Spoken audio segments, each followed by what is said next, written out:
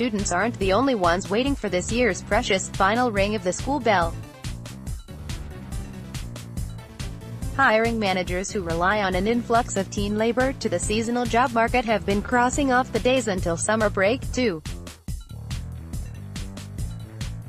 We try to keep our pools opening coinciding with the Denver Public Schools schedule, and it's a difficult process each year, said Cyndi Karvaski, Denver Parks and Recreation spokeswoman. We are constantly looking at the number of lifeguards that we need, especially with the outdoor pools. We may not be able to open some pools if we don't get the manpower to actually staff them.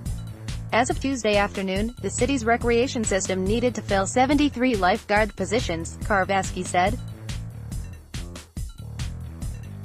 The lowest-staffed pools whose openings are most jeopardized are the indoor pool at Ashland Recreation Center in the Highlands, the indoor pool at Rood Recreation Center near the Sun Valley neighborhood, and the outdoor pools at La Alma Recreation Center in Lincoln Park, Ruby Hill Park and Swansea Recreation Center.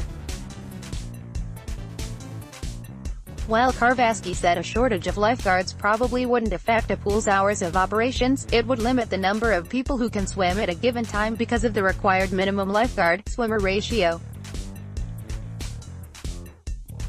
A Waterworld grounds crew makes their way down a path next to the Thunder Bay Wave Pool to a training session at Waterworld May 22, 2018. Waterworld hires nearly 1,000 seasonal workers for the summer and are scheduled to open May 26, 2018. The calculus is more complex because of Colorado's drum-tight unemployment rate, 2.9%. Translation: most people who want a job have one. Economists don't expect the labor squeeze to ease up until sometime next year. In April, private employers added 6,300 jobs in Colorado, including 3,800 in leisure and hospitality. And that helped put Denver at No. 4 on a list of best cities for summer jobs, according to personal finance website WalletHub. The study, which looked at 182 cities, took into account factors such as the availability of jobs and internships, and the median income for part-time time workers, which WalletHub cited as $14,291 in Denver. Also, local businesses known for hiring the faces with braces brood who possess prefrontal cortexes full of potential make it clear that teens run this town come summer and end up leaving some businesses in a lurch when school starts again in the fall. Local McDonald's franchise owner Frank Sandoval knows the last day of school for many districts across the state and keeps a calendar of other student-centric dates that could impact scheduling, including graduation ceremonies and track meets.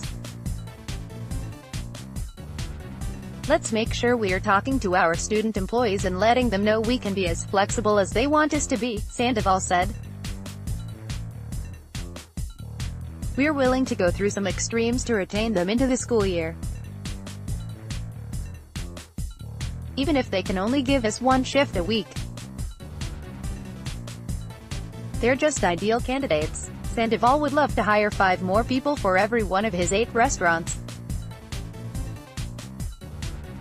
I could hire 40 new employees without batting an eye, Sandoval said. It's just a matter of finding those people. We're in a period that's one of our more difficult times. We're going into our high sales period, but the kids are still not 100% out of school. Highland Hills Waterworld is the largest youth employer in the North Metro area, hiring 1,000 local teens for this summer season, according to amusement park spokeswoman Joanne Cortez. In comparison, the water attraction's full-time staff is about 15 people. The teens are tackling food service, guest services, park maintenance, lifeguarding and more. You might wonder who's interested in filling up inner tubes all day, Cortez said. Well, a lot of times, it's kids interested in mechanics. Kids interested in chemistry have a shot to work in the pool testing area. You'd be surprised how many real-world jobs there are at a water park. Teens keep Waterworld afloat in the summer, but the plug gets pulled once rafts and sunscreens start getting swapped for backpacks and notebooks in a few months.